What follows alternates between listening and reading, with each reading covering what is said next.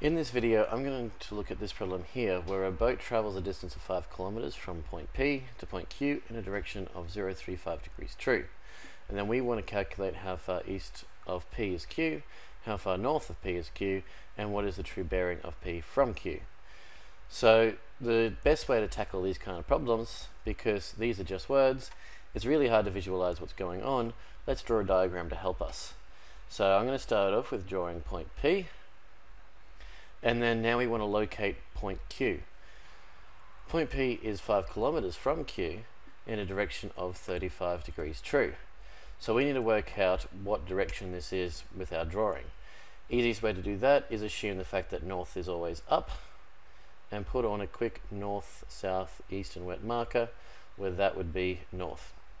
Now, true bearings are always measured from north going around clockwise, so we want to go around about 35 degrees from north and draw out a line heading in that direction, and that can be where we'll place our point Q. So that's 5 kilometers away and it is 35 degrees an angle in there.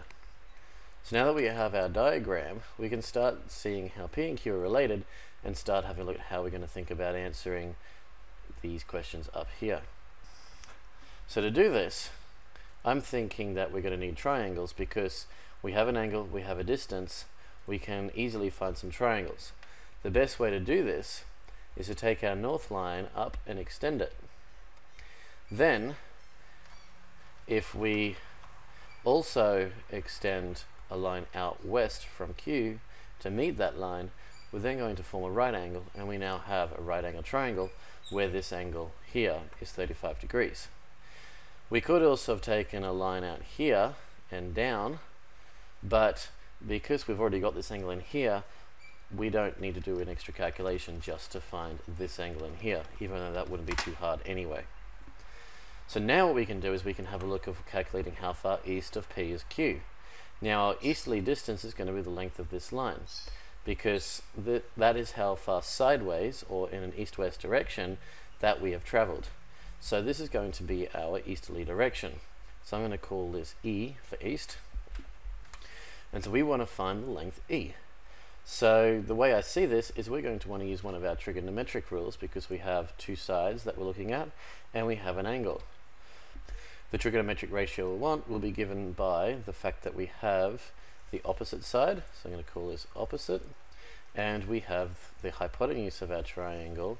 So opposite and hypotenuse gives us the sine ratio. So we're going to have sine theta is equal to opposite over hypotenuse. This is going to help us answer part A.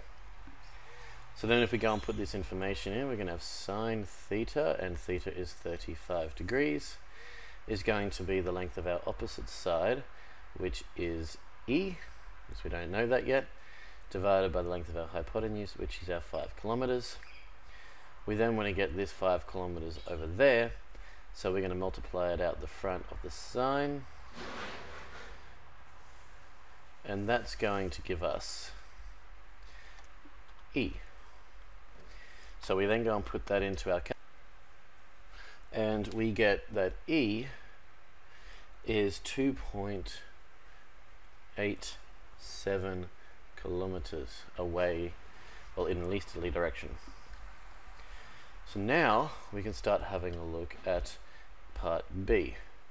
Part B is asking us for how far north P is from Q. And our northerly distance would be this line here. So now we have our adjacent side of our triangle. We can use our adjacent and our hypotenuse and our cos rule to give that to us, because cos theta is adjacent over hypotenuse. So if we go and put in our information, we have our angle of 35 degrees, our adjacent side is B, our hypotenuse is 5, again multiply that 5 up there, so we get it onto the other side of the equation and solve for B, put that into our, and we find that our distance north is 4.1 kilometers. So we've answered part A. and part B by using a little bit of trigonometry. Now part C, what is the true bearing of P from Q? Now to work this out, we need to start looking at what is the angle from north. So if we put a line going north from Q, what is the angle around to our return line back? So we go from Q back to P. So we want to know what this angle in here is. Now if we extend our north line down to the south, that basically means we want to know what this angle here is. And I'm going to call that theta, so that we can then add 180 to it, because 180 plus this little bit will give us that whole angle around there. Now we can do some extra trigonometry to find this by looking at this angle in here inside our triangle and then finding that angle out there. Or the easiest way to do it is if we have a look at the fact that we have this line and this line are parallel. We have a Z going through there, or an angled line going through there, making us our Z rule with parallel lines, which means that this angle is the same as this angle.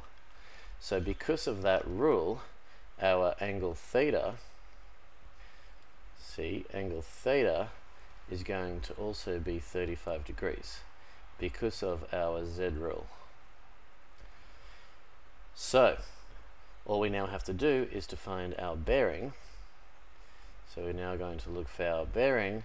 As I said, we're going to take 180 and add on that 35 degrees, which gives us a bearing of 215 degrees.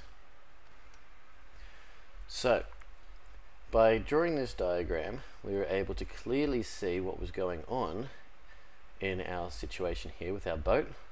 And then from there, we were able to look at the triangle and make a couple of easy calculations to work out how far east, north, and the direction that the boat has to travel back to get back to P.